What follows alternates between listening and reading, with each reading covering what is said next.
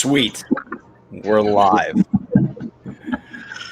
We're live. All right. I guess you know how we do here at CASAA. We always like to wait the first couple of minutes here, or however long it takes to maybe just get some feedback from either Kristen, who does all the stuff on the back end. She'll also be in chat. If anybody has questions, she'll be the one pulling them up for us and possibly answering them in chat as well.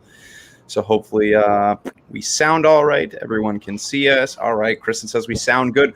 Welcome, everyone, to the CASAA Advocacy Update Podcast, live CASAA Advocacy Update Podcast. Alex, how are you doing today? Hanging in there. It's a nice spring Saturday up here in New York. You want to talk about weather? Not really. Neither do I. This week was terrible with weather. I don't even want to think about this week's weather, but it is getting better, so that's a good thing. All right. Well, if you are ready, I don't know how ready you are. Are you ready? Are you ready for the legislative? I'm present. You're present. Okay. Well, that's good. I'll take that. That's better than not being present. Yeah. All right. Let's do it. Let's do the legislative rundown. What do we got going on this week? Cool. So let's see. I made my notes and everything, and realized I didn't go back and put things in order. So I think we should probably start with something new that popped up this week. Let's see, it's in Maine. This is LD 1550. It's 1550. This is a flavor ban for Maine. It was introduced on Tuesday and referred to the Committee on Health and Human Services. And so this is brand new. We'll see what's going on. We don't have an alert up for this yet, so this is your breaking news. Right. This is just committee time. Yep. Right. Just getting assigned. No hearing dates or anything like that yet. So if you're in Maine, keep your ear to the ground, and we'll do our best to do that as well. Another thing that moved along in the past week or two, the Indiana state budget is moving forward. The House version of this bill now has a 25% wholesale tax on closed system products and a 15% retail tax on open system products, which is a new one. And I don't think that's all that fair to the open system side of things. I'm not the math wizard working out tax policy, but that seems a little cattywampus. Do you know if that's, at least on the open side, is that all products? Is that hardware and liquids, or is that just on liquids? Are we aware of any of that yet? I'm not entirely clear, and a lot of this is coming from, I believe, the article that we shared in our alert, and I'll just do that thing where we share my screen. There we go. Yeah, look at that. And we can scroll on down to the Chamber of Commerce in Indiana, which is, the thing that strikes me about this is, when the trade associations were holding conferences and stuff, one of the bits of advice to business owners was join your local Chamber of Commerce, and by extension, join your state Chamber of Commerce. In a lot of cases, especially for a lot of local shops, local businesses that aren't going to be able to afford their own lobbying firm, your Chamber of Commerce advocates on your behalf as a small business. Unless, of course, you're in Indiana, where the president of the Chamber of Commerce believes that it is past time for vapor companies to pay taxes, vapor consumers to pay taxes on vapor products. And so this is certainly a lot higher than the 10% wholesale tax that the trade association negotiated. And I'm not quite sure how far out of their hands this is going to be. It's the problem with all legislation, is that at some point, if you're running a proposal, it kind of gets taken out of your hands and takes on a life of its own. And so I don't know that this is a case here, but this sounds like a completely different proposal because it's got the two different types of the two different tax rates. So, yeah. And not that I'm agreeing with 15% tax on either end of that, whether it be hardware or e-liquid. I was just curious whether we knew or if it just encompassed all of it. But I'm sure we'll find out down the road. Yeah, I mean, the way that this is written here in the tweet is, vaping and e-liquids. So I'm not totally clear on whether or not it is exclusive to the liquid. When we start talking about taxes on closed systems, the way that I guess it kind of, well, the best way that it works out for closed system products is just taxing the liquid. Right. But that, it sort of fails to capture the total package. And so a wholesale tax on, or sort of a per unit tax on closed system products tends to work out okay. The industry seems to be amenable to that. But when you're talking about open system stuff, there's so many more things to consider. Right. The price of devices is high, and bottled e-liquid comes in 30 mils or higher, and so it's the open system side of things that lawmakers really have not spent a lot of time understanding how an across the board tax disproportionately affects the open system side of things. And by comparison, New York, we have a 20% retail tax on whatever vapor products are still able to be sold here. So 15% retail tax is less than that. Yeah. But still no good. Still not good. Yeah. Yeah.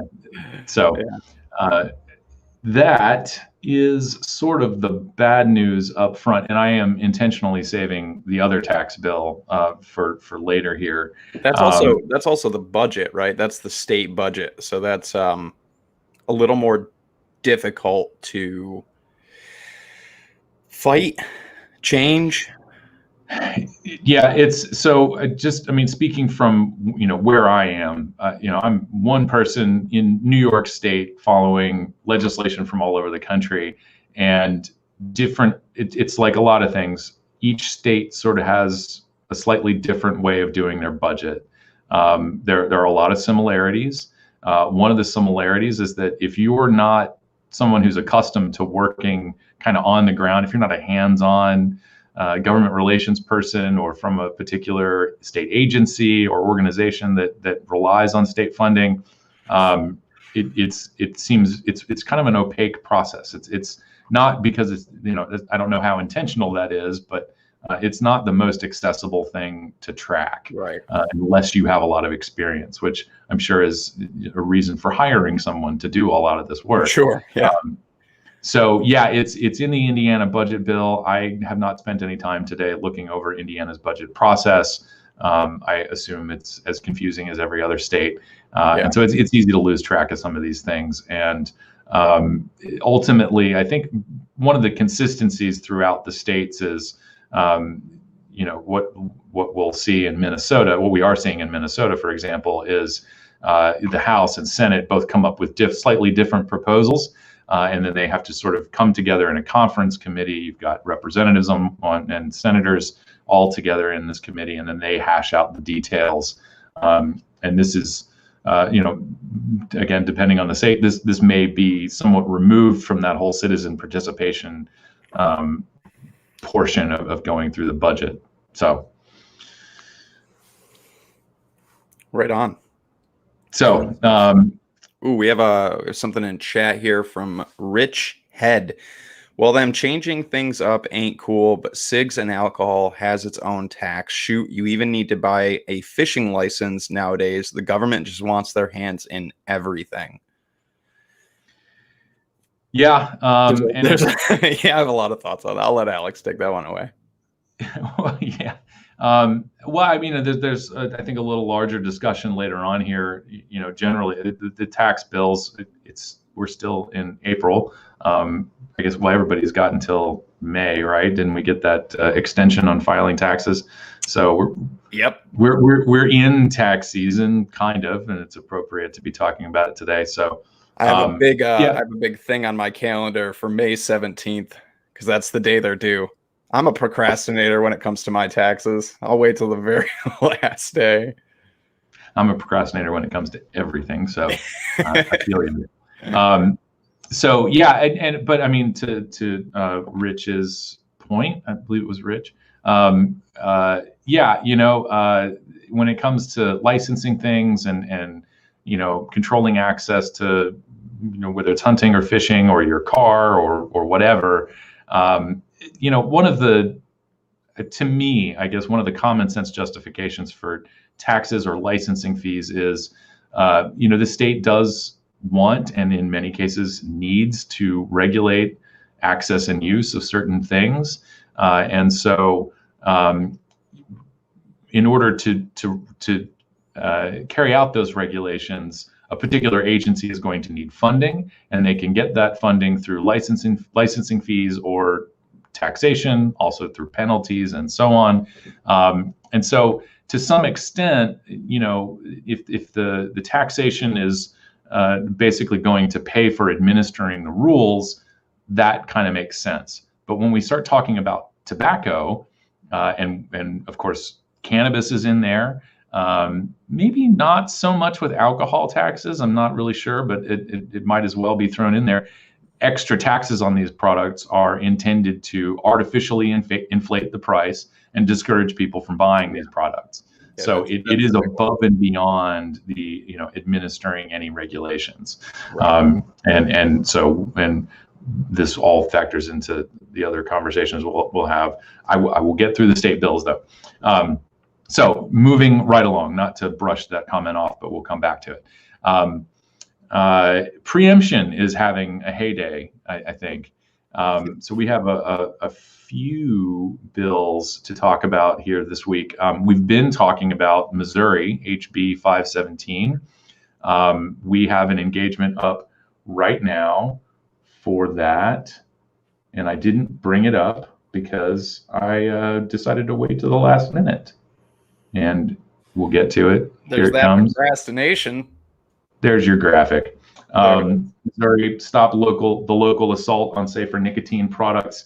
If you've been paying attention at all this year or in the past 30 minutes or since the beginning of the whole vaping thing, then you will be aware that passing these ordinances at the local level is a way that the anti-nicotine campaigns create chaos throughout the state, and eventually, and sort of bit by bit get more and more state population under a particular law, and then you take it up to the state level and say, we need to solve this mess that we've created here at the local level. Exactly. Law. And so that's a strategy that has been employed rather successfully by anti-vaping activists. And so pre-emption bills, and I am one of these people who's had to kind of grapple with this a little bit, because I have always believed that municipalities know their citizens best, and there are definitely certain things that need to be regulated at the local level, but tobacco policy is not one of them. I think you can apply that same rationale for basically any substance use. Yeah, I was going to say drug policy in general. Should definitely be left up to higher levels of government. There's really no benefit to creating a patchwork of regulations. It opens up the door to all kinds of crazy stuff that doesn't really benefit anybody. And so that's why we support pre-emption at the local level. And Missouri is not the only state with a bill moving forward. We also saw in Florida, SB 1080, which has a House bill version, which is HB 987. The Senate bill is moving to, or had a third reading in the Senate on the 22nd. This establishes 21 as the minimum legal age to purchase, use, or possess tobacco products. Don't need to rehash why CASAA thinks that's the wrong approach, but there it is. So yeah, if you're 21, if you're younger than 21 years old in Florida, it is about to become a crime for you to possess tobacco products. Pup laws in general, I think, are just bad. Yeah, it's the status offense that is ripe for abuse, and really doesn't. I think it's sort of one more thing that the police don't really want to have to enforce, but here they will. Go. So that's moving forward. That would preempt local tobacco regulations as well, and leave everything up to the state.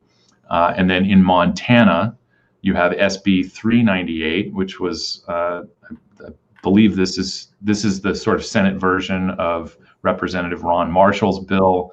Ron Marshall, you may know him from running a vape shop in Montana, and I'm drawing a blank on the name. So the Montana bill, SB 398, is scheduled for a second reading on the 26th. And hopefully that moves forward as well. And I think there was another preemption bill in South Carolina that got approved. There's obviously a common theme here across these particular states. They, to their legislature and just politically tend to be more conservative, which is also another weird concept to me that anyway, the Federalists and everything are preempting local governments and all of that. I'm also not a poli-sci major, so I mean, we have, I'm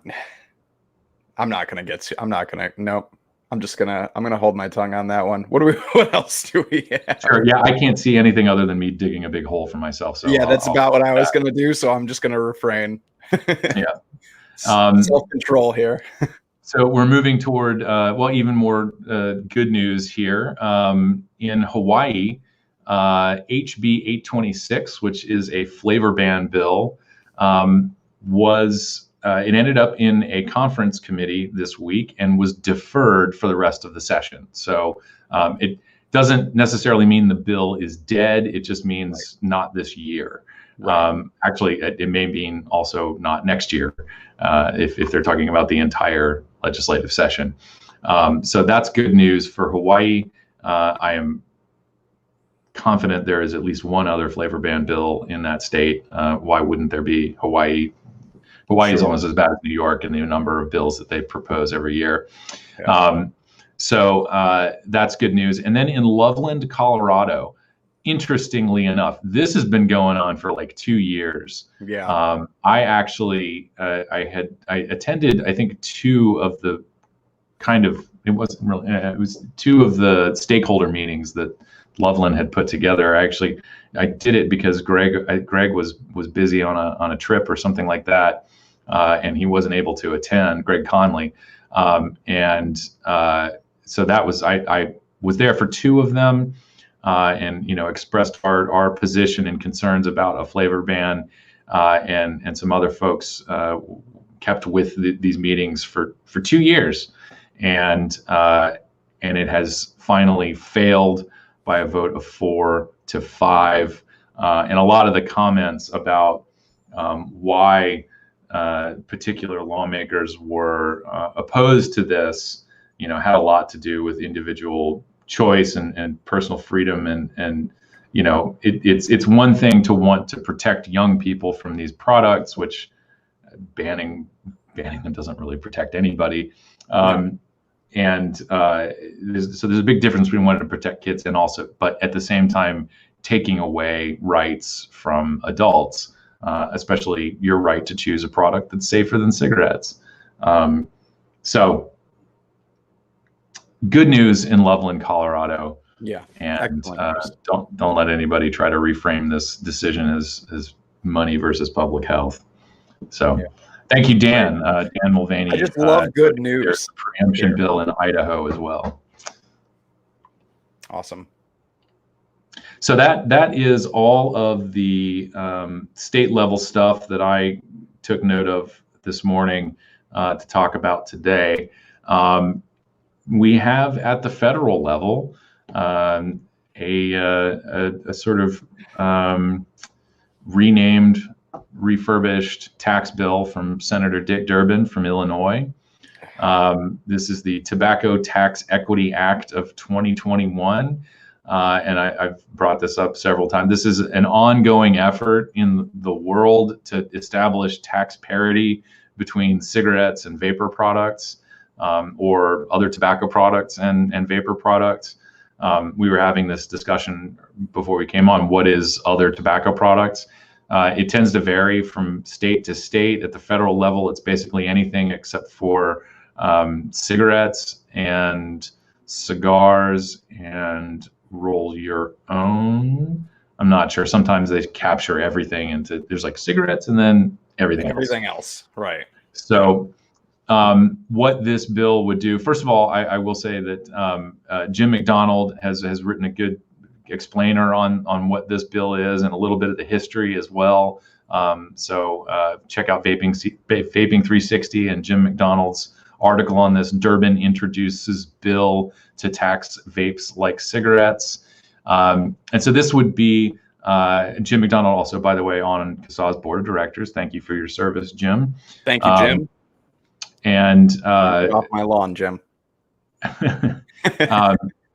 So what this would do is this would impose for the first time a tax on vapor products at the federal level. It also it kind of across the board doubles taxes on all the existing tobacco products. So it will double those taxes and then enact a tax at that rate for vapor products. And what this does is it ties the tax rate to inflation. So basically it goes up as inflation goes up. And so, yeah, we get to this point where it's sort of like, so what's the equation for figuring out tax parity between vapor products and combustible tobacco?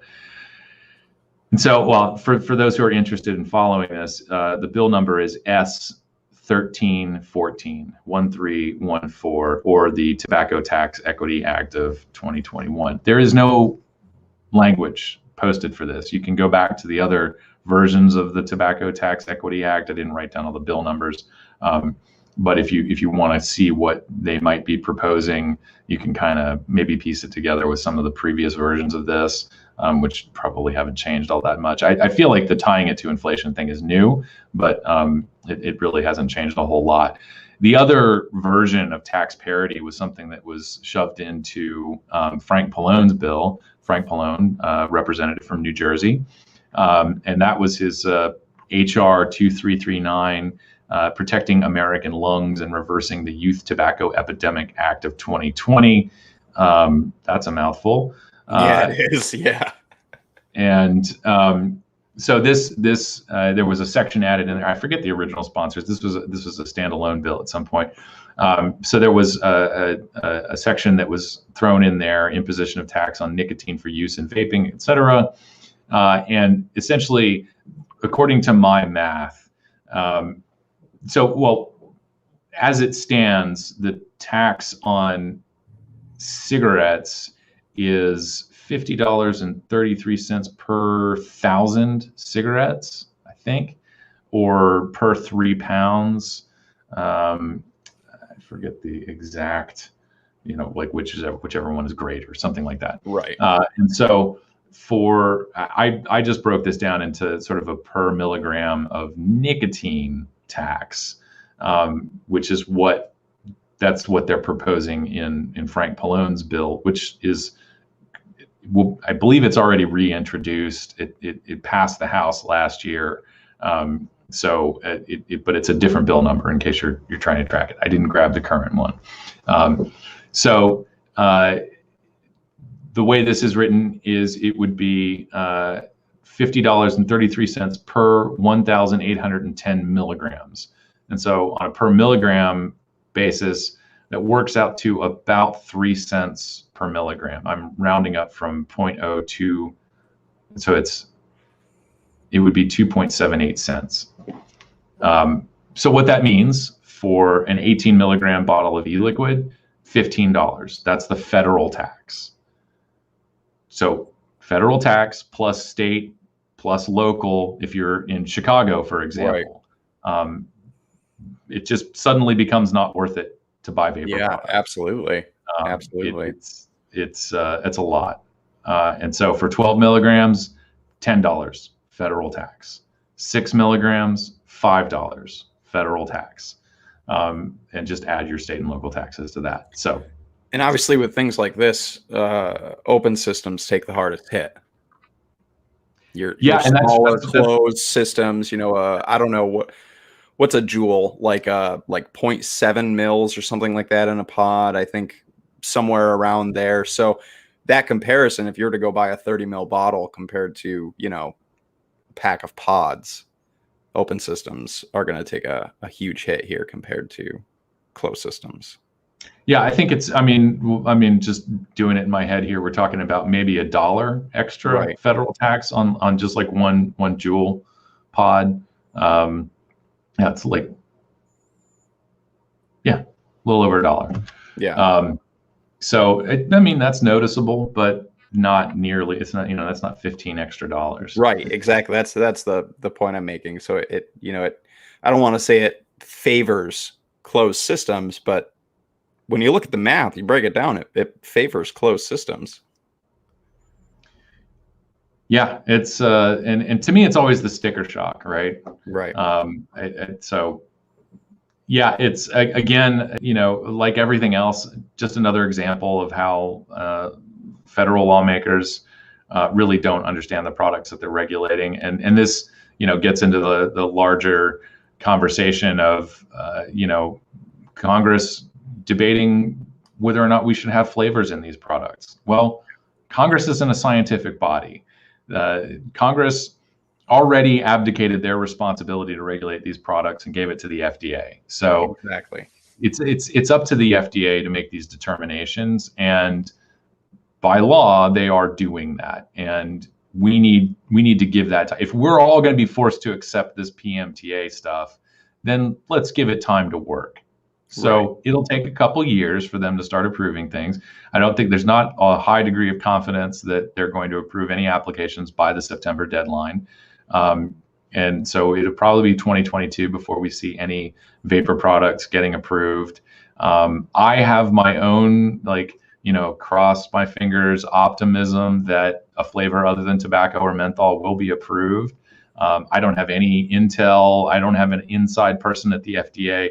There's nothing about my feelings is validated in the real world. I'm just shooting from the hip here, but I believe that FDA wants something enjoyable to be authorized for sale. And they know, FDA knows the importance of flavors in other products, and like pharmaceutical products and gums and things like that, and sprays, which there are flavors for. They understand the importance of flavors.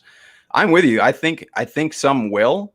I don't necessarily know if you're going to have, banana waffle cone sundae with caramel drizzle flavor, but who knows? I mean, it's a possibility.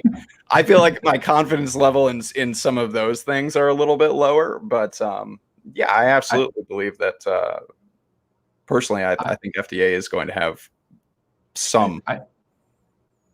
I feel like if an e-liquid manufacturer can manage to make that caramel drizzle waffle cone ice cream flavor, then they should just automatically be allowed to sell that. I mean, if you can, what is it, like vanilla on inhale, right? Like if you've managed to create the complexity and the caramel on the exhale, if you can engineer that, instant. You should we should just give you a gold star and send you on your way. Nobel Prize, absolutely, market authorization, a seat on the tip sack. That's what you should get. Absolutely, I agree. I personally, I would quit smoking, which I have. I've already quit smoking, but I would have quit smoking if somebody was like, "Do you want to try this banana waffle cone sundae with caramel drizzle?" Yes, I would absolutely love that.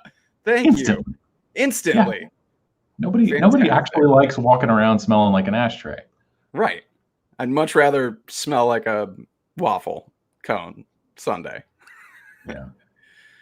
So Well, we're already taking the Q&A session to answer Ian Thomas's question. So what pressure does FDA have to bend to? Congress, big pharma, big tobacco. It's a good question. FDA shouldn't be bending to any kind of political pressure. They're a scientific agency. Right. This is all supposed to be driven by the evidence, the data, the science, not by ideology. And I mean, I'm sure we all have different opinions of the director of the Center for Tobacco Products and spokespeople at FDA.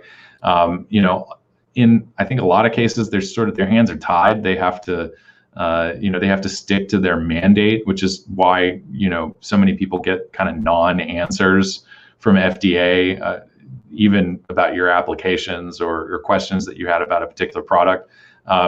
So there's just a lot of legalese that they have to abide by.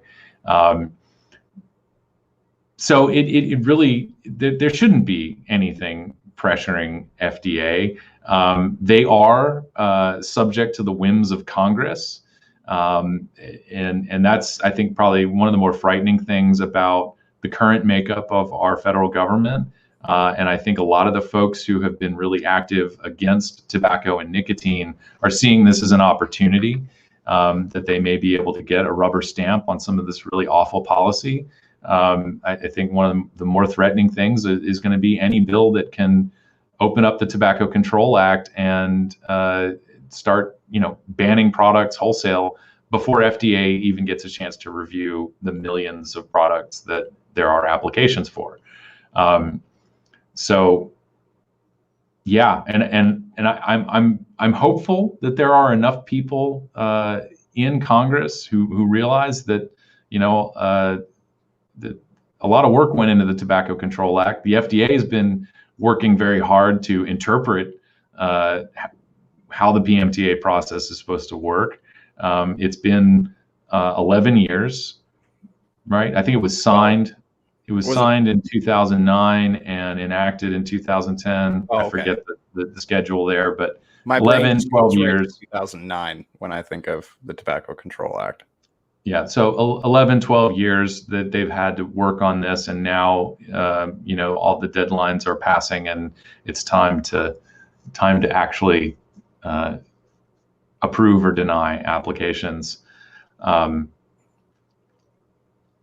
So actually, to the Mogley vapes, Too Hot Scotty, that would be Scott Gottlieb, former FDA commissioner, backpedaled from the 22 PMTAs because of ANT's pressure. It wasn't just pressure; it was a lawsuit. So it was a judge that ordered FDA to comply.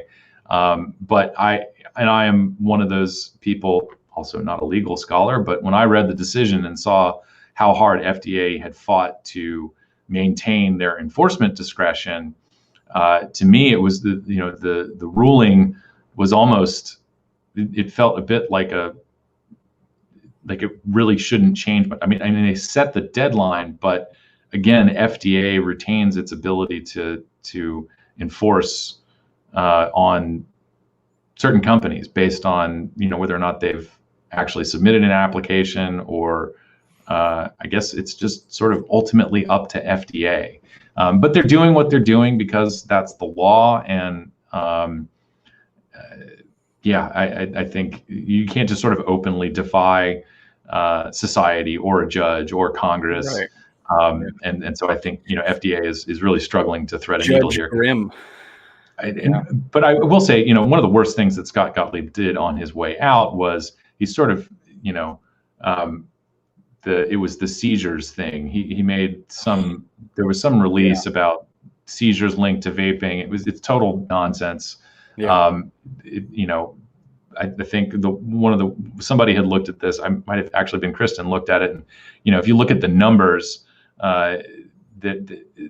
the number of seizures that were reported in connection to vapor products, you might actually look at that and say, well, vaping actually has a bit of a protective effect against seizures because it's lower than the population of people. The rate of seizures was lower than the general population. So whatever. He threw a flaming bag of dog turds on our front porch and then ran away. Then walked out to spend time with his family.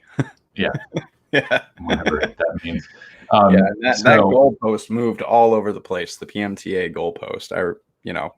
It moved forward, then it moved back, and it was just all over. And now we're here. Yeah. Yeah. So. Oh, very, very Bowring in chat says, keep the fight going. I know it's been a long road so far. Ants will never stop. So Nick users and allies can't either. The avalanche of junk and obfuscation never ends. I probably said that wrong. Also, good to see you, Very. Very was part of the original version of this podcast many years ago. So thank you for your help in putting that together way back when. I didn't mean to steal your spot, man. No, we let this go dormant for a while, but we're glad you're here, Logan. Now that we can have this. I just wanted to breathe new life into it, is all. Yeah. So I know I've gotten way off topic here, but we were talking about the tax bills and one of the things that comes up whenever we talk about taxation and vapor products is this idea that if we give them their pound of flesh, they'll leave us alone, and this has not really played out under any circumstance. It doesn't matter what policy you're talking about, and this seems to be, it's I think it's kind of a trap that we all have a tendency to fall into. Is if we just act like adults and come to the table willing to accept some regulation, then they'll see that we're serious, and maybe we can garner some goodwill between the two camps, and they won't come after the industry full bore and try to ban everything. It's wishful thinking. Yeah, it's wishful thinking. It's intuitively it makes sense, but in practice, it really hasn't worked out. I would say probably with the exception of like southern states, where small, like 5 or 10 cent per mil, 5 or 7.5% actually taxes have been 5 cents per milliliter or 7.5 cents per milliliter. I'm going to get it right. There we go. Where those small taxes have been implemented, it seems like the aggressive attack on vaping has not been that aggressive. Tennessee is another example. I actually don't believe Tennessee has an extra tax, but I think there was another pre-emption bill in Tennessee. I'm sure I'm messing that up, so someone can check my math on what happened in Tennessee over the past month. But North Carolina also had the 5 cent per milliliter tax. A lot of southern states have that 5 cent per milliliter tax, but in some places it hasn't stopped proposals or implementation of stricter regulation. And of course, in states like New York, Illinois, Minnesota, California, et cetera, accepting an indoor place ban, for example, didn't stop them coming after vapor products. Accepting tobacco 21 hasn't stopped them coming after flavors. And so it's important to remember that every one of these policies, place bans, taxation, flavor bans, proximity laws, like you can't have a tobacco shop within 1,000 feet of a school, church, or library, anywhere where kids congregate. The marketing bans, can't have billboards within X number of feet, et cetera. All of those things are part of a comprehensive tobacco control policy strategy, whatever. Yeah.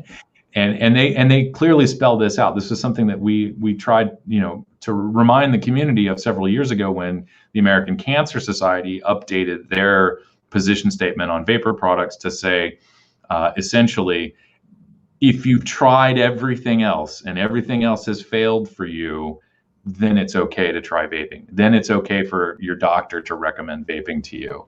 And then the statement goes on to say, and we continue to support banning flavors, hiking up taxes, enacting place bans, on and on and on. So I think it's really important for people to see this as not an isolated policy. It is part of a larger effort. And no, giving an inch on any of these things does not protect from future more restrictive policies. Right. We were talking before the show started, and it was kind of like, well, maybe this is like, for a lot of people, it feels like a compromise. If we give this little bit, then we'll get to keep this other bit. Whether, we give a little bit, we agree to a small tax. Okay, we get to keep flavors. We agree to this, we get to keep that. But it's never really a compromise because we're not getting anything additional out of it. We get to maybe keep something momentarily, but it's not a compromise where both sides get something out of it. We're just giving. That's all it is. It's just give a little and then give a little more later on. And then we'll give a little more later on. And we talk about the boiling frog all the time. Eventually there's nothing left to give. They've gotten it all. So it's never really a compromise in the sense of some kind of equal exchange. Yeah, I don't think that paying protection money is compromise. Right. That's paying protection money. Right. Yeah. Yeah. Yeah. So I mean, you brought up a really good point there, and is whether we're talking about taxation or extra licensing fees, how does that benefit consumers in any way? Like you said, it doesn't. There's no. First of all, the tax revenue typically generated from sales of tobacco products is not used, certainly not exclusively, for what many people imagine it is used for. If you're new to the whole tobacco conversation, you might be thinking that suing the pants off tobacco companies and enacting all these taxes has totally offset all the costs of people getting sick and ending up in hospitals, and it's discouraged all kinds of people from using the products, and it's made us safer. Well, some of that, yes, higher costs do discourage young people from starting using these products. That's a matter of science and data. It does have an effect. When we're talking about cigarettes, for sure. It has the opposite effect on people who are trying to quit smoking and switch to safer products, et cetera, and on and on and on. But it doesn't really protect me as a consumer.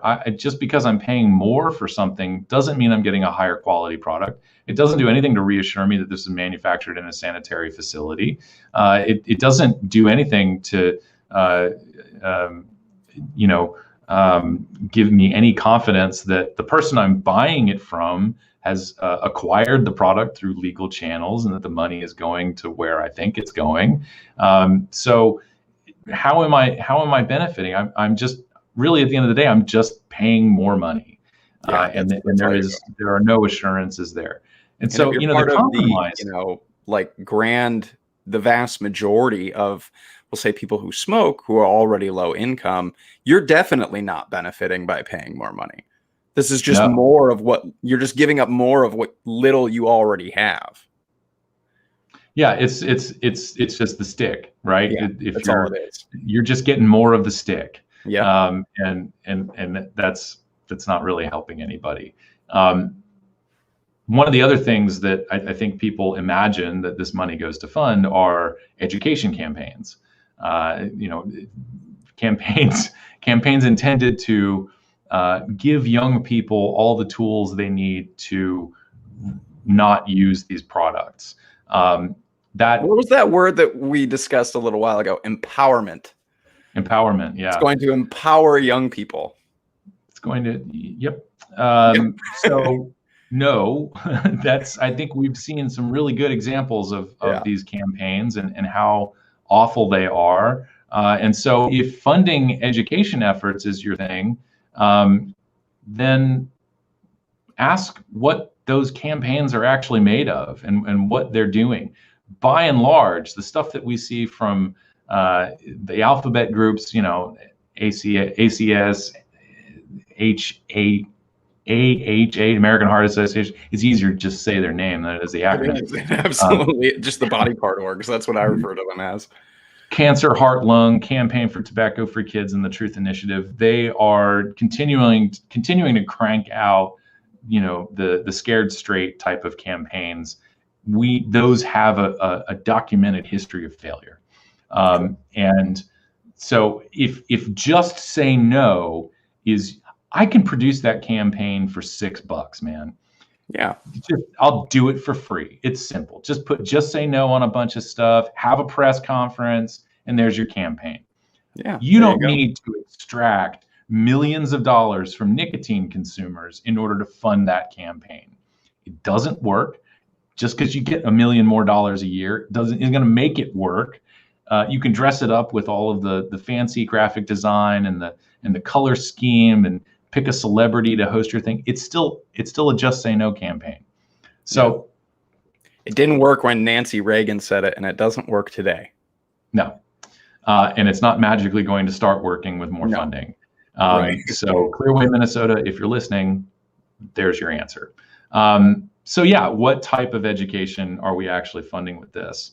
I've gone down my list of things to sort of consider here. I'm sure I'm missing a few things, but I was going to say earlier, if we want to talk about compromise that's actually going to work to the benefit of everybody, let's get some standards-based regulation going. Absolutely. Let's make it accessible for companies to be transparent about their ingredients with a government agency, a science-based government agency that can be continually monitoring the situation, can be working with these manufacturers to make sure that the flavorings aren't weird or causing unforeseen problems with people who are using the product. That's going to be one of the most important things going forward, is understanding the ingredients, understanding how these ingredients change as they're heated up and inhaled, and understanding what they're doing to our bodies. We are already at the point where there is enough data out there that most people feel confident. Not most, I can't quantify it, but the big brains in academia and science feel confident in saying, yeah, this is not likely to be anywhere near as risky as smoking cigarettes. Right. So we can already kind of land on that conclusion that vaping is safer than smoking, and using smokeless tobacco is safer than smoking. That's you got 30 years of epidemiology from Sweden to back that up. Yeah. So we know that it's already better than smoking, but the community has already experienced issues where certain ingredients that manufacturers were using, it didn't necessarily make these products as harmful as a cigarette, but it did present unnecessary risks, whether you're using an additive that makes some cosmetic change to the liquid, or you're using a particular flavoring. And so back when this really was mostly a community-driven kind of effort, and I mean, it still is, it still can be. I mean, look, here's a message to e-liquid manufacturers or anybody in the vapor space. Test it, see what happens, see if the community rises up against your IP theft. See if they rise up against your marketing practices. I guarantee you those people are still out there. I know some of them are listening in chat here today, and I know that people would take that upon themselves to police the marketplace, as we have done several times in the past. Sure, there's been a lot of self-regulation within kind of the community industry in and of itself. Yeah, and it's to me, I don't raise that up as a point to say we're fine with self-regulation, but I don't think ultimately that works. I don't think it's going to fly with anybody. Sure, right. But I wasn't saying that either. I was just, it's when we talk about this industry being really consumer-driven for so long, like even to the point where like consumers were calling out certain things and kind of regulating this space to some degree on their own. Yeah. And successfully. I mean, it was the consumer-led efforts to get companies to change their branding or change their ingredients worked faster and I think maybe more efficiently than even FDA. So don't tell FDA. All of that to say, like, the compromise here sort of has to come from the antis side. We've compromised enough over the years. We've tried to take advantage of relatively ineffective, smoking cessation products.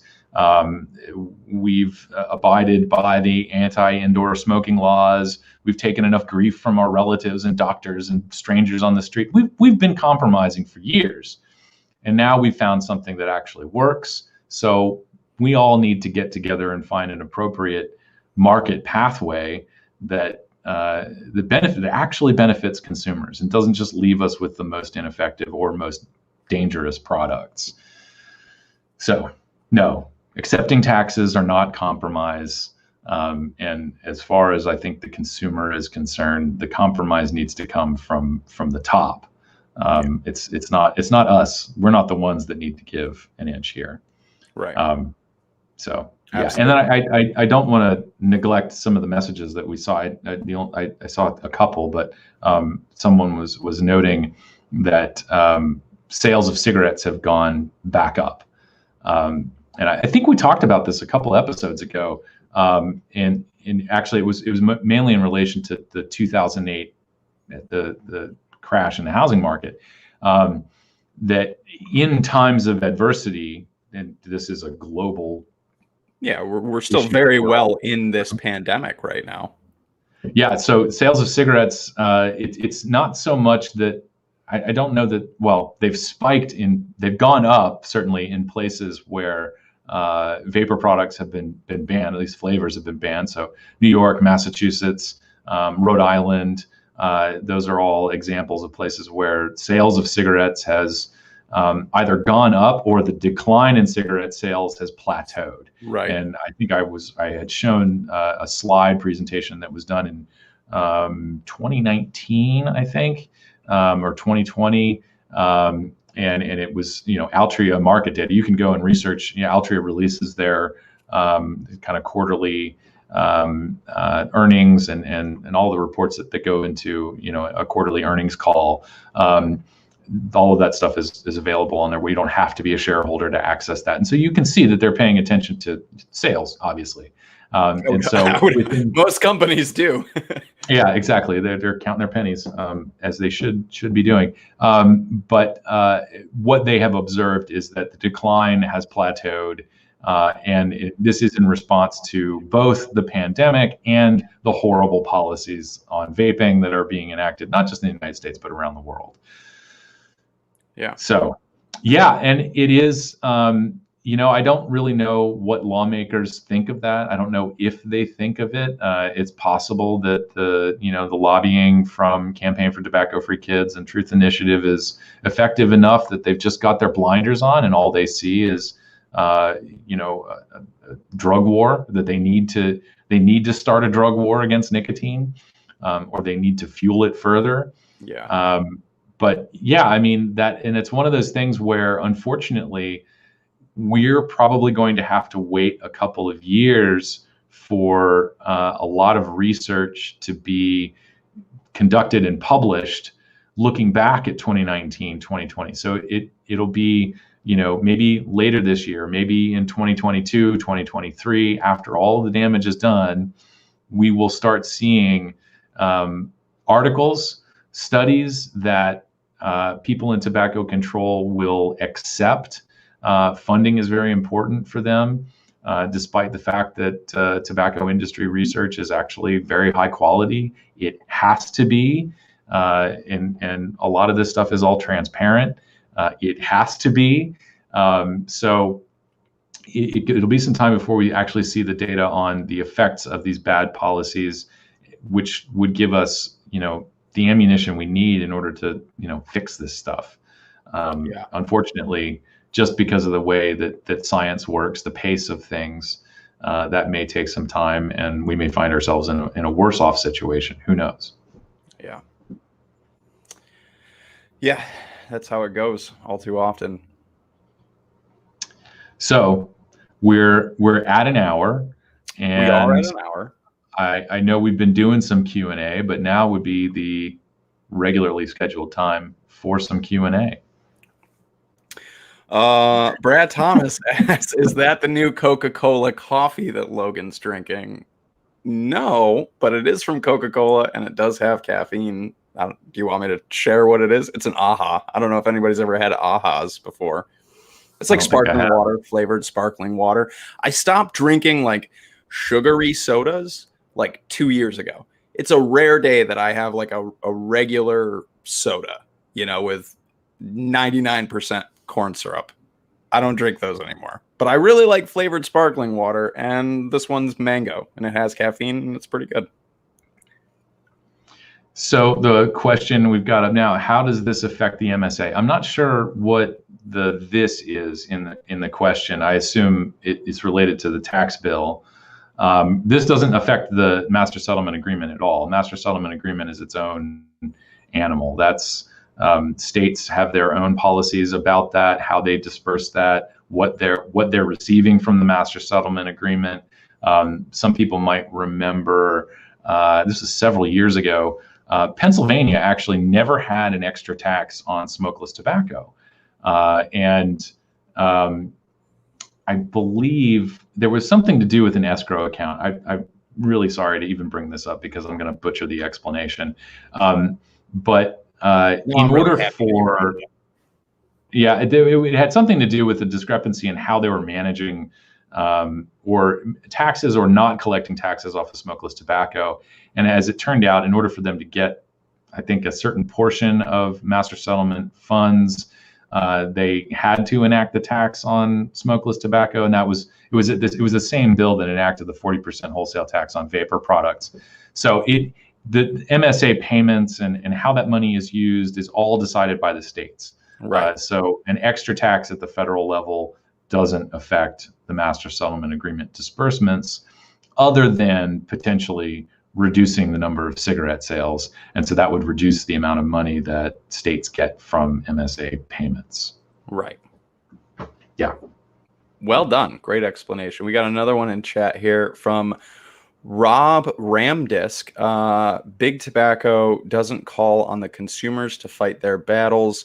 Why does Big Vape rely on consumers to fight theirs? Well, I'm not entirely sure who Big Vape is. I would love to sit in a shareholders meeting for Big Vape. Yeah, well, there's no shareholders meeting for Big Tobacco either. They are individual companies, not one collective boogeyman. You know, the larger vape companies, I will say Enjoy was one of the first. At the time, they may have been the only vapor company that actually had a government relations team. That was Brian Foydick and Pamela Gorman. We affectionately referred to them as the Enjoys. And they both have their own experience in government and in lobbying. And so they were an early resource for a lot of us to kind of, you know, get a feel for what was going on.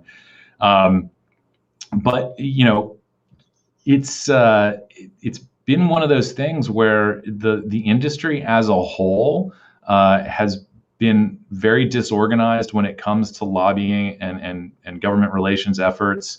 A lot of that has to do with the fact that you're talking about thousands of small companies.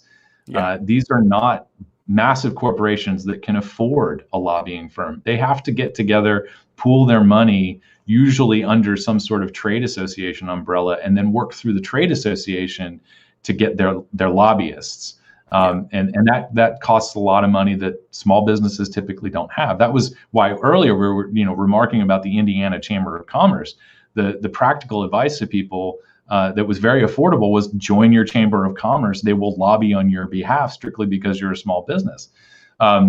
So it's been a sort of a crisis of funding across the board for everybody on the vapor side of things in order to you know, afford all the resources needed to do that.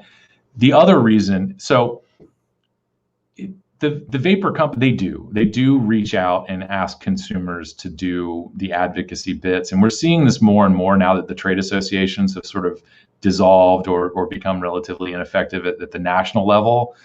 state, the people who were formerly involved in a state level association are having to do some extra work, and they will oftentimes produce their own engagements. From our perspective, to some extent, that's on the level, because you are a business and you are reaching out directly to your customers and making it clear that there's a policy on the way that could affect their access to your store. And so for customers, the cigar folks did this quite successfully during the deeming rule. There was a lot of old tobacco or cigar shops or cigar manufacturers. They would reach out directly to their customers and say, hey, this deeming rule is going to shut us down. We need your help to convince the FDA to not shut down this century-old cigar manufacturer that you clearly enjoy. So tell them that this is unnecessary and they should not do it. That's totally fair game. The other efforts. So this is not exclusive to vapor, by the way.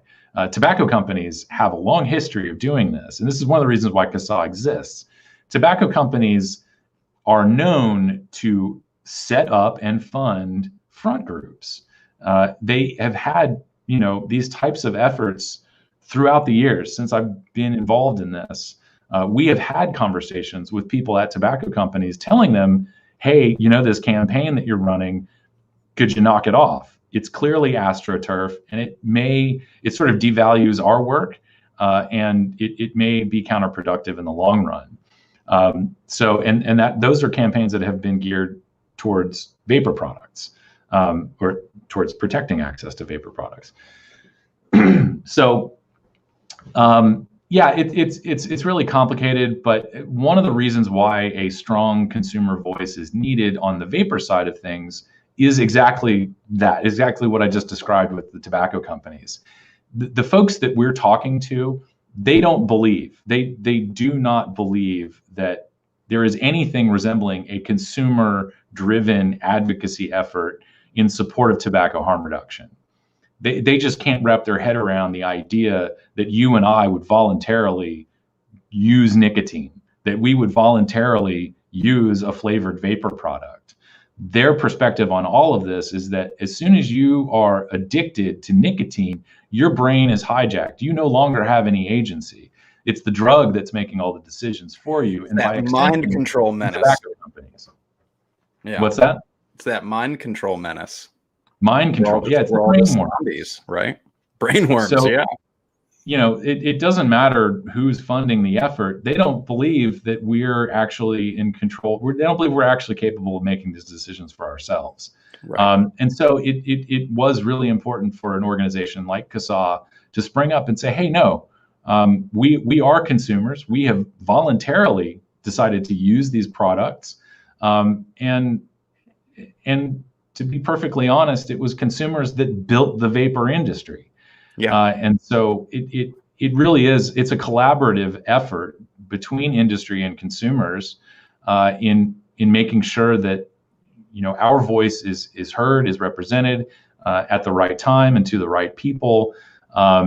It's not so much that the industry is just sort of pushing this responsibility on to their customers. It's that the customers' voices are absolutely vital to this. And a lot of times I think industry either forgets that or finds themselves in a position where they're dealing with lawmakers who just don't want to hear it. Right. California is an excellent example of this. Yeah. We have been pushing, all of us have been pushing the harm reduction message for years. But as it turns out, California doesn't want to hear that, especially not at the municipal level. The harm reduction argument has gone cold in California. And I think even in places like Minnesota, Minnesota had a lobbyist for a long time that was very much pushing the narrative that when people talk about harm reduction, they're talking about light and low tar cigarettes. That was a fiasco. And there were many people in public health who signed off on that, who actually believed that, yeah, light and low tar cigarettes will improve public health. It didn't. And they found new issues associated with light and low tar cigarettes. And we get to have this conversation again with very low nicotine cigarettes. Yeah. So for a lot of people in public health, with a lot of lawmakers, they their only reference for tobacco harm reduction are these failed product changes that, of course, were promoted by tobacco companies as harm reduction, that actually arguably made the situation worse.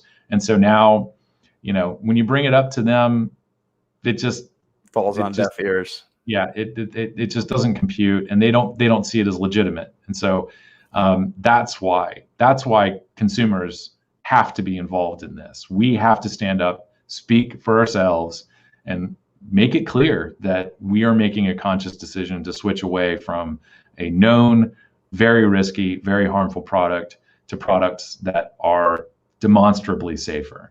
Yeah. Nothing about us without us, Alex. Yes. Nothing about us without us. Absolutely. Well, all right. I think that was a great little Q&A to wrap this week up. Do you have any final thoughts this week, Alex, for everyone out there? I'm sure I do, but I'm not going to collect them in time. So no, I mean we can wait. We can chill. You guys want to wait for Alex? Yeah, no, I think that was good. I think this was a good conversation this week. A lot about tax parity and some really great questions from chat. So thank you, everybody, for tuning in and joining us on this lovely Saturday afternoon or morning or night, depending on where you are. We've had some global viewers here recently. So wherever you are, whatever time of day it is, and while you're here, like, subscribe. Hit that notification bell. See, Kristen would be proud of me. I remembered. Oh, she just put it in chat too. She just told me. So yes, hit that like button, subscribe, hit that notification bell so you guys know when we go live. We do go live every Saturday, 1:30 Pacific, 4:30 Eastern. Everything in between you got to figure out on your own. I can't help you with time zones. I'm not your guy for that. But thank you to everybody for showing up and joining us today. My final thoughts, everybody, just be safe, be excellent to each other, and we will see you guys next week. All right, take it away, Kristen.